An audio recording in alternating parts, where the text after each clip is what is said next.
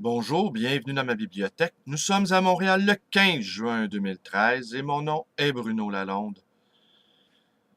Alors ce matin, me remettant d'une petite déconvenue, bon, je vous fais grâce les détails. La vie, ce n'est qu'un tas d'emmerdements, nous dit Alexis Zorba. Et je songeais à cette phrase de Jacques Lacan.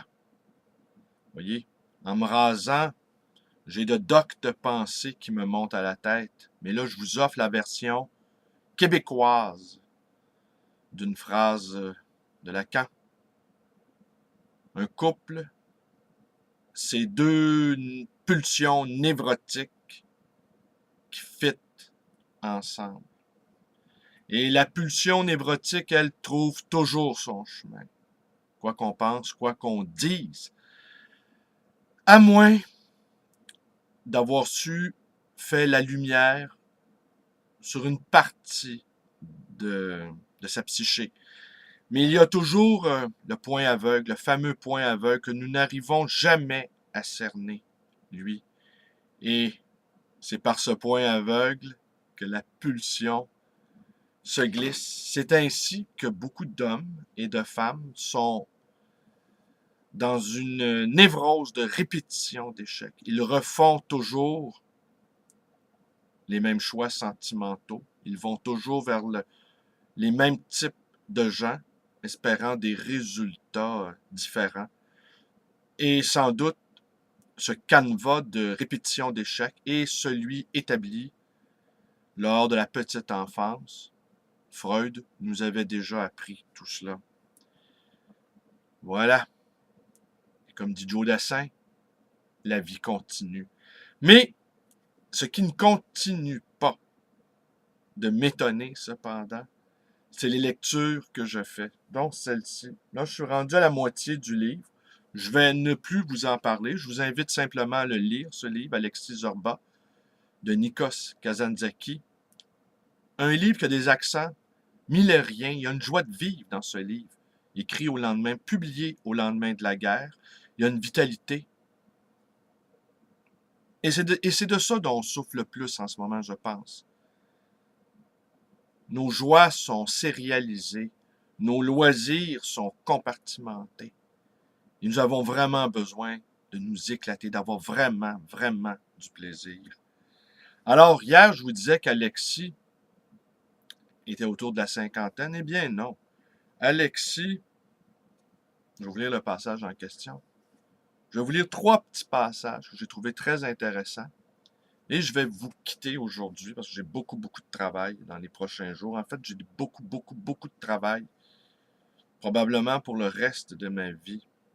Hier, petit mot en vitesse, hier, Manon m'a rendu visite. Manon qui, la cinquantaine venue, on va dire avancée un tout petit peu, a entrepris des études doctorales sur la ville de Venise. Elle me disait combien elle était heureuse, combien elle était enthousiaste. Je l'avais encouragée à le faire et elle-même m'encourage à aller faire un doctorat. Peut-être que je vais le faire. J'y ai pensé il y a 2 semaines quand je suis allé à l'université. Pourquoi je ne ferais pas un doctorat pour être drôle? Mais en même temps, la vie m'attend et j'ai des projets intellectuels qui ne souffrent pas d'attendre. Qu'est-ce que c'est encore que ce mystère patron? Oui, Zorba s'adresse toujours à son jeune ami en l'appelant patron, ce qui est ironique. Fit Zorba en se retournant. Tout marche à l'envers chez moi. Quand j'étais môme, il paraît que j'avais l'air d'un petit vieux. J'étais lourdeau, je ne parlais pas beaucoup. J'avais une grosse voix de vieux bonhomme. On me disait que je ressemblais à mon grand-père. Mais plus je vieillissais, plus je devenais étourdi. À 20 ans, je me suis mis à faire des folies, mais pas beaucoup, celles que tout le monde fait à cet âge. À 40 ans, j'ai commencé à me sentir en pleine jeunesse, et alors je me suis lancé dans les grandes folies. Et maintenant, à 60 ans, 65 ans, patron, mais ceci entre nous. Et maintenant que je suis entré dans la soixantaine, ma parole, le monde est devenu trop petit pour moi. Comment tu expliques ça, patron?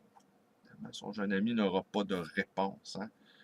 Lui-même étant empêtré dans des considérations théoriques, livresques, qui l'empêchent de s'épanouir pleinement dans la vie. Voilà le vrai bonheur. N'avoir aucune ambition et travailler comme un nègre, comme si on avait toutes les ambitions. Vivre loin des hommes et ne pas avoir besoin d'eux et les aimer. Être à Noël et après avoir bien bu et bien mangé, s'échapper tout seul, loin de tous les pièges, avoir au-dessus de soi les étoiles, la terre à sa gauche, la mer à sa droite, et soudain réaliser que dans votre cœur, la vie a accompli son ultime miracle, qu'elle est devenue un conte de fées.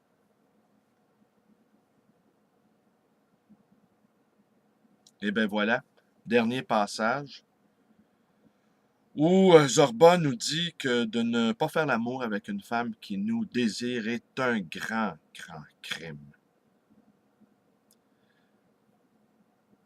Quand une femme t'appelle pour partager sa couche, mon garçon, et que tu n'y vas pas, ton âme est perdue. Cette femme-là, elle soupirera au jour du grand jugement de Dieu. Et ce soupir, qui que tu sois, et malgré toutes les belles actions que tu auras faites, te précipitera en enfer. Zorba soupira. Si l'enfer existe, dit-il, j'irai en enfer. Et ce sera là la cause. Pas parce que j'ai volé, tué ou couché avec les femmes des autres. Non, non, non, non. Tout ça n'est rien. Le bon Dieu pardonne ces choses-là. Mais j'irai en enfer parce que cette nuit-là, une femme m'attendait dans son lit et je n'y suis pas allé. Ben voilà. Beaucoup d'humour, beaucoup d'esprit, ce livre, beaucoup de vitalité, vous disais-je. Alors, je vous le remonte à l'écran, je vous le recommande et je ne vous en reparle plus. Je vais le finir demain. Et peut-être qu'après, je vais en lire d'autres, mais là, les lectures s'accumulent tellement. Et on doit finir les livres qui nous plaisent, hein, tout de même. Comme on doit ne pas refuser l'appel de l'amour. Mais parfois, il y a des appels qui sont trompeurs, qui ne sont que la voix de notre propre névrose. Je vous remercie d'être avec moi. Mes vidéos vous plaisent, vous connaissez la suite, abonnez-vous à ma chaîne. Vous pouvez également joindre ma page Facebook. Vous pouvez aussi me téléphoner dans le 514-736-0999. Vous pouvez également me visiter à cette librairie d'occasion et d'anciens. Et je vous rappelle que le 20 juin prochain à 19 h, vernissage des œuvres de Pierre Cornudet, qu'on a connu à Montréal dans les années 80 sous le nom de Anonyme sans regret. Je vous y attends, je vous y invite. Et cette fois-ci, c'est moi qui régale. Là, c'est vrai. Je ne vous invite pas dans un lieu public. Je vous invite chez moi. Merci et bonne journée à tous.